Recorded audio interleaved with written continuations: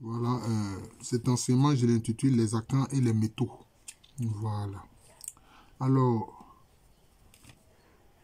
le métal en général est appelé dad. Dad. Si bien que d'ailleurs, en langue tui, pour parler de l'avion, ils l'ont appelé dadianoma, c'est-à-dire l'oiseau en métal. C'est comme ça qu'ils ont appelé l'avion. Voilà. Mais en général, en Agni, par exemple, le fer est appelé boulale. Et puis, un autre métal connu, c'est le cuivre, qu'on appelle aïwa.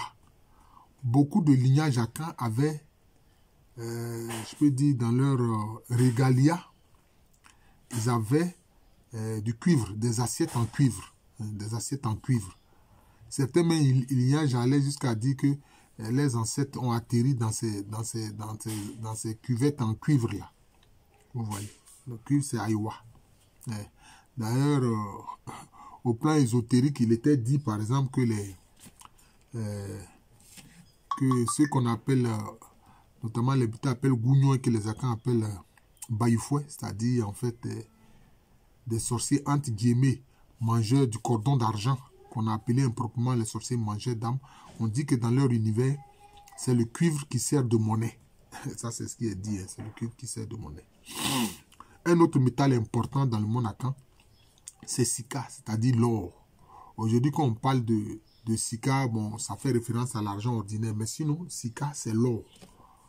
Et d'ailleurs, c'était la poudre d'or qui était la monnaie des peuples akans. Voilà, c'était la poudre d'or qui était la monnaie des peuples akans. Donc, c'était l'or. Et puis aussi, il y a le métal argent, que les Akans appellent djete. Un peu partout, c'est comme ça que ça s'appelle djete. Que ce soit en langue tui, que ce soit en tchamantian, c'est-à-dire la langue des Hébriers, c'est le djete. C'est le djete. Par exemple, en Ashanti, la chefferie, ou bien je peux dire le royaume confédéré important de Asante Mampon, eux, ils faisaient des sièges d'apparat en métal argent, c'est-à-dire avec le djete, ou même avec des feuilles de djete, des feuilles de métal argent. C'est comme ça qu'ils habillaient leurs sièges. Voilà. Mais le travail du métal n'est pas lié à une caste. Non, ce n'est pas lié à une caste. Alors, si tu veux apprendre, tu vas dans la zone où les gens savent pratiquer le travail des métaux, que ce soit celui du fer, ou bien avec le cuivre, ou bien avec le métal argent, ou bien avec l'or. Et puis tu apprends avec eux. Mais on sait par exemple que il y a au sein du matriclan Adjuana Abradé, ceux qui ont pour symbole le chien et le feu, certains, hein, dans la zone du Bono, quand les ancêtres étaient dans la grotte qu'ils appellent Atumkurase, ils pratiquaient la forge. Si bien qu'ils se sont donné le nom de Botumfo. Voilà, Botumfo, c'est-à-dire ceux qui sont des forgerons, qui pratiquent la forge. Voilà, c'est comme ça. Par exemple, en pays Nzema, il y a un village qui s'appelle Adoublim. Là-bas, les gens pratiquent la forge. Il y a des forgerons là-bas. Donc, dans le monde akan, ce n'est pas lié à une caste. Non, non, non. Si tu veux apprendre à travailler l'or, par exemple, en pays baoulé, les Nzipri avaient la réputation de savoir travailler l'or. Voilà, pour en faire des ornements, etc. Or, les ornements, les chefs, les reines, les rois, etc., les personnages importants, ils avaient des ornements en or. Voilà, c'est comme ça. Ou même en métal argent. Vous voyez, par exemple, quand les Ojukwu font leur fête, que ce soit les bèbes pour les patriarches, etc., ou bien que ce soit la célébration des différentes cérémonies, bon, vous voyez qu'ils ont des ornements, soit en or ou bien en métal argent. Il y a des gens qui savaient travailler ces métaux-là. C'est aussi simple que ça. Tu vas, tu apprends. Ce n'est pas une affaire qui est liée à une caste. Non, non, non. C'était même la même chose aussi pour les pagnes d'apparat qui s'appellent kente, qu'on appelle improprement en Côte d'Ivoire ici kita. Non. Ça se dit kente dans les langues akan.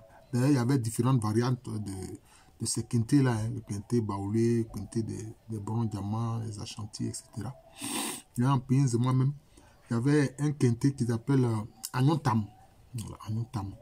Même il y avait un autre kente qui était là dont on prenait la teinture noire pour le faire. Ça, on appelait ça dochi. Donc, c'est un peu ça.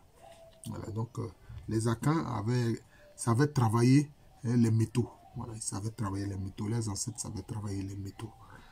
Et ça, c'est important. Mais pour eux, Ce n'est pas comme chez les Bambara ou les Malinké où c'est lié à une caste, où c'est lié à des castes, des familles de forgerons. Hein. Comme on le voit chez les Malinké, les Bambara, les Kone, les Bamba, etc. Des familles qui sont des familles de forgerons, c'est des castes. Voilà. Non. Chez les Akans, ce n'était pas ça. Si tu veux apprendre, tu vas auprès de ceux qui en ont la connaissance et puis tu apprends. Voilà. Je suis le professeur Alou Kwame René. Je voudrais vous rappeler brièvement que encore à partir du 16 avril au 18 avril 2025, il y a un colloque qui est fait à mon hommage par les docteurs que j'ai formés. Je voudrais les remercier profondément pour cette belle initiative. Nous prions pour que ce colloque se passe bien, que cela puisse se faire tranquillement. Voilà.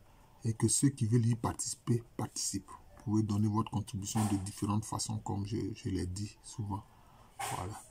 Si c'est par Orange Money ou bien par Wave, vous pouvez envoyer ça au 07 encore 47 12 70.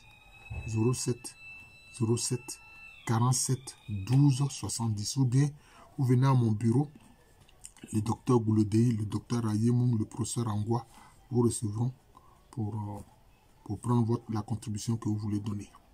Voilà. Je remercie tous ceux qui s'apprêtent à participer à ce colloque. Voilà. Merci et bonne journée à tous.